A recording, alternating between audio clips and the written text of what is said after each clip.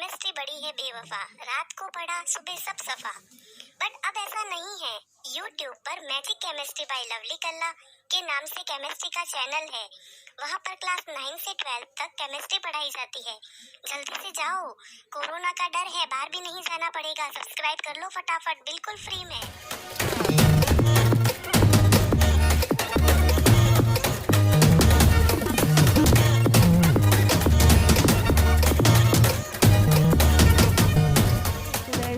हमारा आज का टॉपिक होगा मोल कॉन्सेप्ट। हमारा चैप्टर चल रहा है एटम्स एंड मॉलिक्यूल्स। उस चैप्टर का ये बिल्कुल लास्ट टॉपिक है। अब मोल कॉन्सेप्ट है क्या? मोल कॉन्सेप्ट ये जो टॉपिक है, इससे बच्चे बहुत घबराते हैं। उन्हें लगता है ये बहुत ही हार्ड टॉपिक है, हमें समझ में नहीं आएगा। बट ऐसा नहीं है। This is very easy and simple topic. Actual में मोल वर्ड क्या है वो बताती हूँ मैं पहले मैं आपको बताऊँगी 1 kg क्या होता है। ये बहुत ही सिंपल है, आपने सुना भी होगा। 1 kg इज़ इक्वल्स टू कितना होता है? 1000 ग्राम। और 1 kg रिप्रेजेंट क्या कर रहा है? किसी भी क्वांटिटी को रिप्रेजेंट कर रहा है। जैसे मान लो आप मार्केट गए तो आपने बोला मुझे 1 kg शुगर चाहिए, तो आप बता क्या रहे हो? क्वांटिटी बता रहे हो। ठीक वैसे ही अगर मैं बोलूँ 1 डज़न, तो 1 डज़न जैसे ही हम सुनते हैं हमारे माइंड में डायरेक्टली 12 पीसेज आते हैं। फॉर एग्ज़ाम्पल आप मार्केट गए, आपने जाकर के बोला मुझे 1 डज़न बनानास चाहिए, तो आपको वो कितने देगा? 12 बनानास, यानी कि 12 पीस देगा। कहने का मतलब ये दोनों ही आपको क्या लगता है, क्या रिप्रेजेंट कर रही है? क्वांटिटी को दोनों ही रिप्रेजेंट करते हैं।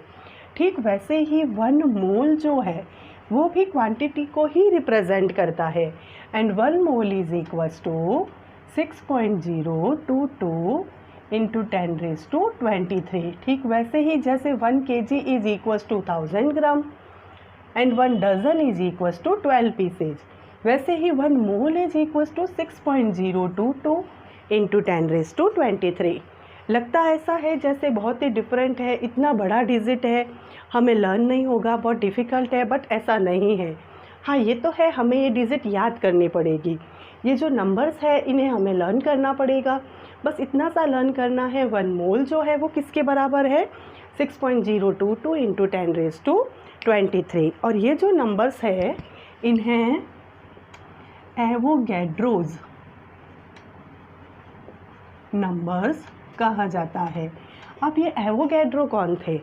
एवोगैड्रो एक्चुअल में साइंटिस्ट थे जिन्होंने हमें बताया अगर कहीं पर भी ये नंबर लिखे हुए हैं तो उन्हें एवोगैड्रो नंबर कहा जाएगा। जैसे कि उनका नाम था, उनके नाम के आधार पर ही इन नंबर्स को नाम दे दिया गया। अब जब कभी भी 1 मोल अगर वर्ड आए तो 1 मोल इज इक्वल्स टू कितना होगा? 6.022 इंटू 10⁻23। अब यहाँ जो लिखा हुआ है 10⁻23, यहाँ हम लिख सकते हैं एटम्स। अब हमें लगेगा यहाँ एटम्स ही क्यों लिखा? एप्पल्स, बनानास, चॉकलेट्स ये क्यों नहीं लिखा? एक्चुअल में ये जो नंबर है 1 मोल इज इक्वल्स टू, ये जो नंबर है ये बहुत बड़ा नंबर है। आप देख रहे हैं ना पीछे इतने सारे जीरोज़ आ रहे हैं। अगर हम इस नंबर को डेली रूटीन में यूज़ में लें कि हम बाज़ार चले जाएं और बोले मुझे इतने, यानी कि मुझे 1 मोल मोबाइल चाहिए या मुझे 1 मोल चॉकलेट्स चाहिए, तो 1 मोल वर्ड सुनते ही वो आपको इतने मोबाइल देगा, वो आपको इतनी चॉकलेट्स देगा। और ये डिजिट इतनी बड़ी है, इतने मोबाइल और इतनी चॉकलेट प्रोवाइड कराना बहुत मुश्किल है। दूसरी बात, इन्हें हम रखेंगे कहाँ पर? पूरी अर्थ पर इतना बड़ा रूम बनवाना पड़ेगा इतनी बड़ी डिजिट लिखने के लिए या इतने सारी चीज़ों को एक साथ रखने के लिए। बट यहाँ पर मैंने एटम्स लिखा है। एटम्स क्यों लिखा है? क्योंकि एटम्स की साइज़ बहुत ही स्मॉल होती है। जैसे 1 सेंटीमीटर में, केवल 1 सेंटीमीटर कितनी छोटी सी चीज़ है, उस 1 सेंटीमीटर में मिलियंस इतने सारे एटम्स आ सकते हैं। तो एटम्स के लिए ये जो नंबर है वो बिल्कुल एग्जैक्ट बैठता है क्योंकि इनकी साइज़ बहुत स्मॉल है। तो केमिस्ट्री में तो मोल जो है वो बहुत ही अच्छा है, बट डेली रूटीन में अगर हम बात करें तो ये राशि जो है वो बहुत बड़ी हो जाएगी और केमिस्ट्री के लिए बिल्कुल छोटी है क्योंकि एटम्स जो होते हैं वो बहुत ही स्मॉल होते हैं। अब ये जो 1 मोल है ये एक्चुअल में है क्या? इस 1 मोल को हमने देख तो लिया कि ये इस नंबर के बराबर है और ये एक क्वांटिटी है, बट 1 मोल की डेफिनेशन क्या है exact? 1 mole of a substance is that amount of substance which contains the same number of atoms as in exactly 12 gram of carbon 12। अब हमें लगेगा इतनी हार्ड डेफिनेशन है और ये इससे मैच भी नहीं हो रही है, बट ऐसा नहीं है। मैं आपको 1-2 एग्जाम्पल करवाऊंगी, इससे रिलेटेड कुछ छोटे छोटे न्यूमेरिकल्स करवाऊंगी, फिर अपन देखेंगे ये डेफिनेशन है क्या। तो न्यूमेरिकल्स करवाने से पहले मैं आपको छोटे छोटे 2 फार्मूलाज बताती हूँ। वो 2 फार्मूलाज है n is equals to small m by capital M। एक तो ये फार्मूला है और दूसरा जो है वो है small n is equals to capital N divided by n naught. अब ये small n small m capital M capital N and n naught ये क्या है वो हम देख लेते हैं। तो हम देख लेते हैं इन फार्मूलाज में ये स्मॉल n m n और n नोट क्या है। जैसे स्मॉल n जो है ये नंबर ऑफ मोल्स है, ठीक है। स्मॉल m जो है वो गिवन मास है, यानी कि न्यूमेरिकल में हमें ग्राम में कोई चीज़ दी भी होगी तो उसका वो मास होगा, ठीक है। और कैपिटल M जो है वो मॉलिक्यूलर मास है, ये जनरली क्वेश्चन में नहीं दिया हुआ होता, इसे हम कैलकुलेट करते हैं। बट ये जो स्मॉल m है ये ग्राम में मास होता है और ये जनरली दिया हुआ आता है। और n जो है ये number of atoms, number of molecules या नंबर ऑफ आयंस हो सकते हैं। ऑल ओवर कैपिटल N को नंबर ऑफ पार्टिकल्स बोला जाता है। As the particle is the क्या होता है, आयंस हो सकते हैं, मॉलिक्यूल्स हो सकते हैं या फिर एटम्स भी हो सकते हैं। n नोट क्या है, एवोगैड्रोस नंबर है और उनकी वैल्यू हमें पता है 6.022 इंटू 10⁻23। तो अब हम देख चुके हैं, हम कुछ न्यूमेरिकल्स करेंगे, उसके लिए हमें ये 2 फार्मूलाज जो है वो अच्छे से लर्न करने हैं। दोनों ही फार्मूलाज में नंबर ऑफ़ मोल्स हमें कैलकुलेट करने हैं। इन सबको क्या कहते हैं वो मैंने आपको बता दिया। अब हम पहले देख लेते हैं, इस डेफिनेशन को क्लियर करते हैं, क्योंकि हम ये देख चुके हैं कि स्मॉल m क्या है। तो स्मॉल m जो है वो यहाँ पर मास है ग्राम में, जबकि कैपिटल M क्या है, मोलार मास है। तो अगर न्यूमेरिकल में हमें मास दिया हुआ हो और मोलार मास भी हम कैलकुलेट कर सकते हैं और हमें अगर नंबर ऑफ़ मोल्स कैलकुलेट करना हो तो हम इस फार्मूले को अप्लाई करेंगे। और नंबर ऑफ़ अगर पार्टिकल्स दिया हुआ हो, एवोगैड्रो नंबर हमारे पास होते हैं और नंबर ऑफ़ मोल्स हमें कैलकुलेट करने हो तो हम इस फार्मूले को अप्लाई करेंगे। अब हम एक बार वापस डेफिनेशन पर आ जाते हैं। डेफिनेशन क्या बता रही है, 1 mole of a substance is that amount of substance which contains the same number of atoms as in exactly 12 gram. तो 12 ग्राम क्या है, यहाँ पर देखो ग्राम में है 12 ग्राम, यानी कि यहाँ पर ये मास दे रहा है। किसका दे रहा है, कार्बन 12। तो पहले तो हम क्या करते हैं, यहाँ पर स्मॉल m की जगह 12 लिख देते हैं। फिर ये कह रहा है कार्बन 12, तो 12 क्या है यहाँ पर, ये वाला जो 12 है कार्बन का मोलार मास है, यानी कि मॉलिक्यूलर मास है। तो स्मॉल m तो हमने यहाँ लिख दिया, कैपिटल M की जगह हम लिख देते हैं 12। ये दोनों कैंसिल हो गए और ये आ गया 1। अब ये जो 1 आया है ये क्या आया है, n इज़ इक्वल्स टू 1 आया है, ये रहा 1 मोल। और क्योंकि हम जानते हैं कि 1 मोल में कितने एटम्स प्रेजेंट रहते हैं, 6.022 इंटू 10⁻23। तो कहने का मतलब 12 ग्राम ऑफ कार्बन 12 के 1 मोल में कितने एटम्स प्रेजेंट होंगे, एटम्स प्रेजेंट होंगे 6.022 इंटू 10⁻23। तो हमें लगेगा कि मैम आपने यहाँ पर कार्बन 12 ही क्यों सेलेक्ट किया, यहाँ पर हम कुछ डिफरेंट भी तो ले सकते थे। तो हाँ बिल्कुल हम ले सकते हैं, यहाँ केवल हमने ऐसे ही अपनी इच्छा से ये लिया है। इसकी जगह हम कुछ और एग्जाम्पल भी ले सकते हैं। यहाँ हम 16 ग्राम्स ऑफ ऑक्सीजन 16 भी ले सकते हैं, ठीक है ना। तो अब जब ये हम ले रहे हैं तो 16 ग्राम यानी कि ये स्मॉल m को डिनोट कर रहा है, तो small m is equals to 16 and divided by यहाँ पर ऑक्सीजन 16, यानी कि ये क्या है 16 यहाँ पर ऑक्सीजन का मॉलिक्यूलर मास। तो यहाँ आ जाएगा 16 डिवाइडेड बाय 16। क्यों आया ये, क्योंकि small n is equals to small m by capital M। ये दोनों कैंसिल हो गए, क्या आ गया 1। 1 क्या आया है 1 मोल, ये रहा 1 मोल। तो 16 ग्राम ऑफ ऑक्सीजन 16 में कितने एटम्स होंगे, उतने ही एटम्स होंगे 6.022 इंटू 10⁻23 और इसे क्या बोलते हैं 1 मोल। ठीक वैसे ही 12 ग्राम ऑफ कार्बन 12 में कितने एटम्स होंगे, इतने एटम्स होंगे और ये किसके बराबर है 1 मोल के। तो ये हो गई हमारी 1 मोल की डेफिनेशन। अब हम देखते हैं इनके न्यूमेरिकल्स। तो फर्स्ट एग्जांपल हम लेते हैं, पहले इसे रफ कर देते हैं फिर हम न्यूमेरिकल्स को अच्छे से समझते हैं। जैसे फर्स्ट क्वेश्चन है हमारा, calculate the number of moles in 132 gram of carbon dioxide. तो calculate the number of moles, number of moles का मतलब हमें क्या फाइंड आउट करना है, n फाइंड आउट करना है। और अब क्वेश्चन में क्या दे रखा है 132 ग्राम्स। मैंने आपको क्या बताया था, अगर क्वेश्चन में मास दिया हुआ है ग्राम्स में तो हम डायरेक्टली ये सोच सकते हैं, अगर हमें ये कैलकुलेट करना हो तो रिलेशनशिप क्या है, स्मॉल n और मास भी दे रखा है स्मॉल m। तो दो तरह के फार्मूलाज बताए थे मैंने आपको। फार्मूलाज क्या थे, n is equals to small m by capital M and small n is equals to n divided by n naught. अब यहाँ पर नंबर ऑफ़ पार्टिकल्स तो हमें दिए हुए नहीं हैं, अगर नंबर ऑफ़ पार्टिकल्स दिए हुए होते तो हम ये फार्मूला अप्लाई करते, बट यहाँ पर क्या दिया हुआ है 132 ग्राम्स, यानी कि स्मॉल m दिया हुआ है।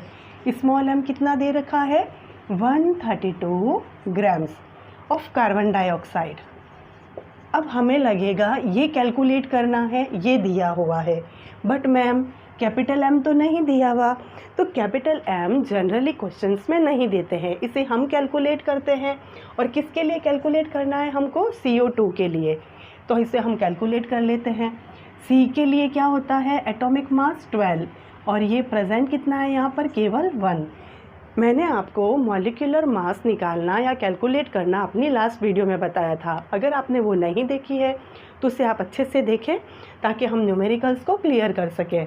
ऑक्सीजन एटम्स यहाँ पर 2 है तो यहाँ प्लस का साइन, यहाँ आ जाएगा 2 और ऑक्सीजन का मोलर मास कितना होता है 16, ये आपस में मल्टीप्लाई होगी तो ये 12 प्लस 32 ये आ जाएगा 44।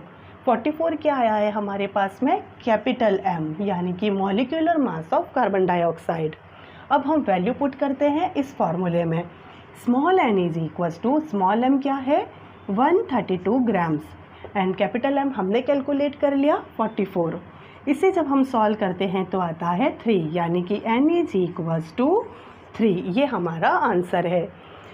अब हम नेक्स्ट एग्जांपल करते हैं 36 ग्राम ऑफ वाटर। क्वेश्चन फिर से वही है, calculate the number of moles, यानी कि हमें फिर से कैलकुलेट क्या करना है, स्मॉल n को हमें कैलकुलेट करना है। और देखो फिर से क्वेश्चन में क्या दे रखा है, क्वेश्चन में हमें फिर से मास दे रखा है 36 ग्राम्स, पीछे ग्राम आ रहा है तो ये मास है। तो पहले हम गिवन लिख लेते हैं, small m is equals to 36 gram, 36 gram of क्या, water.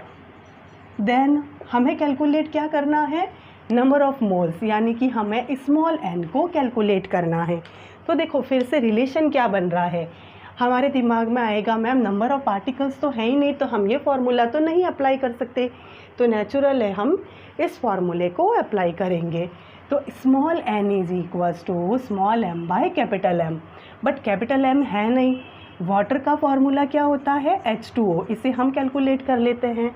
Number of hydrogen atoms कितने हैं 2, हाइड्रोजन का मॉलिक्यूलर मास कितना होता है 1, प्लस का साइन, ऑक्सीजन केवल 1 है और ऑक्सीजन का एटॉमिक मास होता है 16, ये मल्टीप्लाई हो जाएगा, ये आ जाएगा 2 + 16 इज इक्वल्स टू 18। अब हम इसकी वैल्यू पुट कर देते हैं, small n is equals to small m कितना है 36 और ये कितना आ गया 18, ये है capital M molecular mass of water, ये कैंसिल हो जाएंगे, 18 × 2 = 36, ये आ जाएगा n इज इक्वल्स टू 2। तो बहुत ही सिंपल है ये न्यूमेरिकल।